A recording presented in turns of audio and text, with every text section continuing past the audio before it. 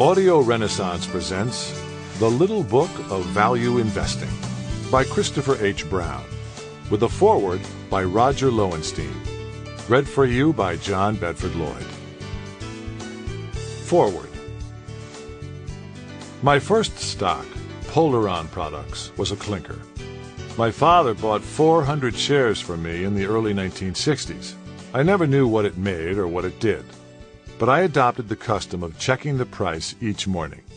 In the technologically distant era of my youth, believe it or not, people still relied on the newspaper to discover what the market had done the previous day. It amazed me that an advance of merely 1/8 would enrich me by $50, a prodigious sum. The stock went down as often as it went up, but I tended to disregard the declines. It was only paper, right? While experiencing a momentary thrill on the advances. I remember asking my father what caused the stock to go up. His answer made sense, but only up to a certain point. Polaron was in business, that much I understood, and the more profitable the business, the more that people would pay for the stock.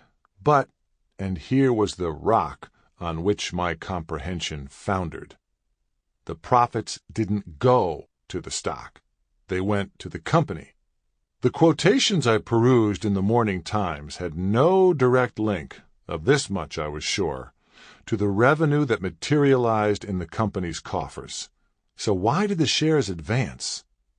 My father said something about the profits conferring on the company the ability to pay the shareholders dividends.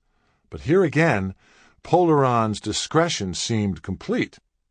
They did not have to pay us, the shareholders, each of whom I imagined to be a lad much like myself, anything at all. We were at their mercy. That the price, or so my father said, responded faithfully to the developments in the business, I ascribed to the peculiar character of the stock market.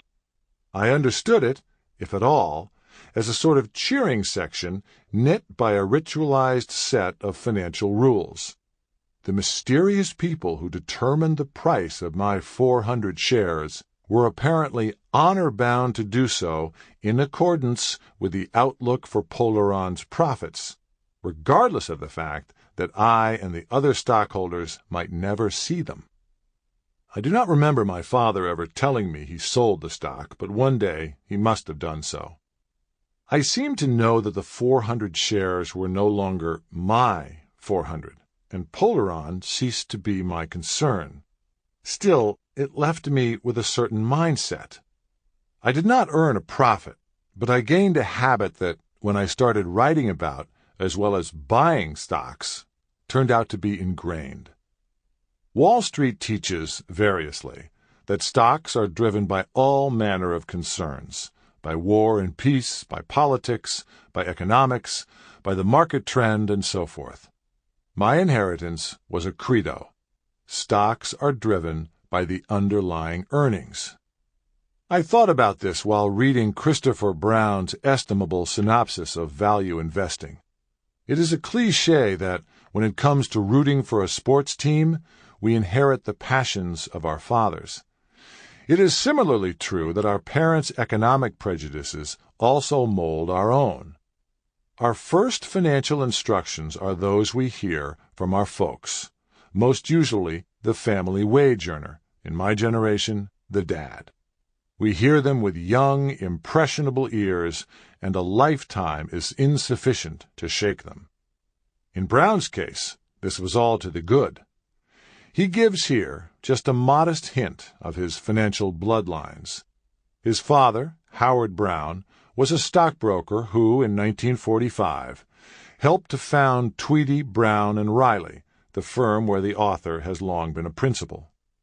To call the founding generation brokers is a gross generalization. They were Wall Street specialists of a peculiar ken, who put together buyers and sellers of shares in small, thinly traded securities for which no broad market existed. By definition, then, their customers were those who were drawn to the underlying value of a stock, as distinct from the market trend. With respect to these stocks, Sample complete. Ready to continue?